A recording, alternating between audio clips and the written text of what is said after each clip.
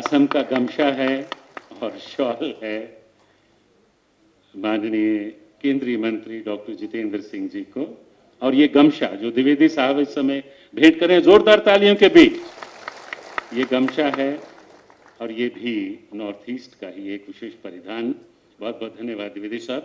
Ji IAS commissioner secretary to government industries and commerce department Jammu Kashmir MK Dwivedi ji होने के बाद आपकी जोरदार तालियों में इनका आदान प्रदान हुआ। सुविधाएं मिलेंगी। वो कोरिया से आती है, वियतनाम से आती है, चीन से आती है। अब जब आयात कर इंपोर्ट ड्यूटी 25% हो गई और यहां पर बैम्बू का यूनिट लगाया जाएगा अगरबत्ती का, तो जम्मू से बनाई गई अगरबत्ती देश के घर घर में कुंबे कुंबे तक पहुंचे। I don't know how far is this newsworthy, but this is going to make a change.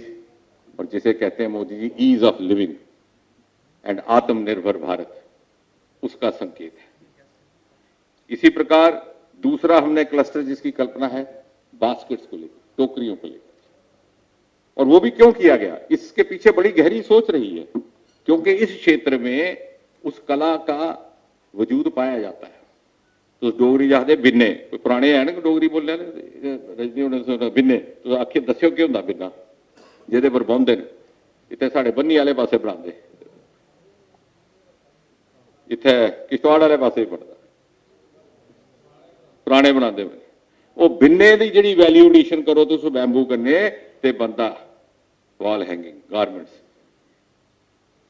नवे नवे किस्म दी टोकरियां बनाने की कला, जिसले दमें कला जुड़ी अंगड़ ते वो वैल्यू एडिशन होना जी गल कराते LG साहब। इत्थे दियां बनी दियां टोकरियां देश के कोने कोने पर बनी, इस वास्ते बास्केट का क्लस्टर।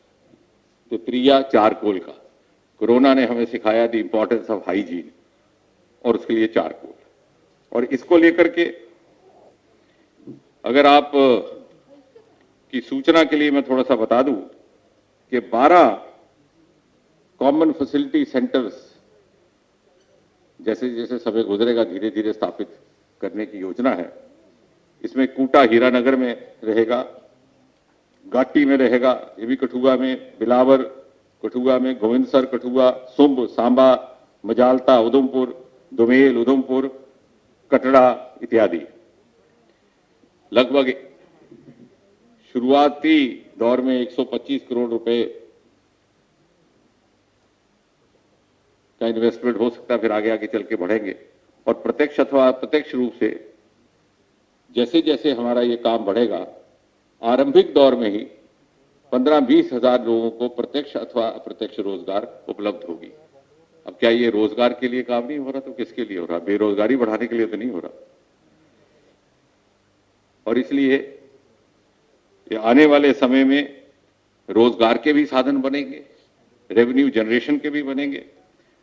और जैसे LG साहब ने कहा कि जो नई इंडस्ट्रियल पॉलिसी घोषित हुई है उसके साथ जुड़ करके